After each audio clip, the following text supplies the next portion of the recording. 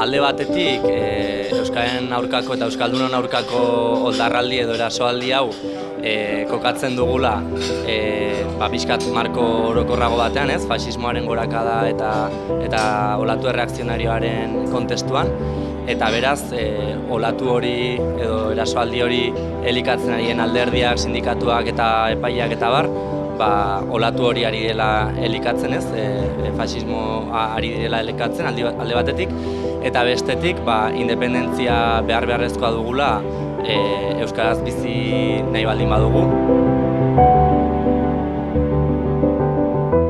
Eta horren kontzientzia hartu behar dugula, kaleak hartu behar ditugula, eta aktibatu behar garela, kontzientzia hartu behar dugula bizi duguna dela larrialdi linguistiko bat, eta antolatu behar garela, saretu behar garela, eta aukera polit bat izango dugula Durangon abenduaren 7an.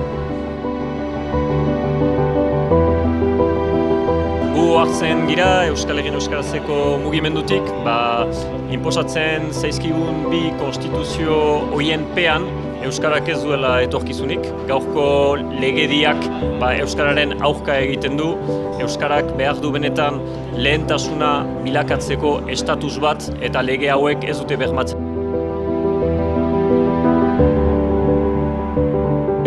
Eta beraz, gu deitzen dugu jendea intsumisiorat. Zera lege hauen aurrean desobeditu behar dugu eta erakutsi behar dugu atxikiak gatzaizkiola Euskarari eta Euskarak behar duela bere konstituzioa eta ondorioz independentzia.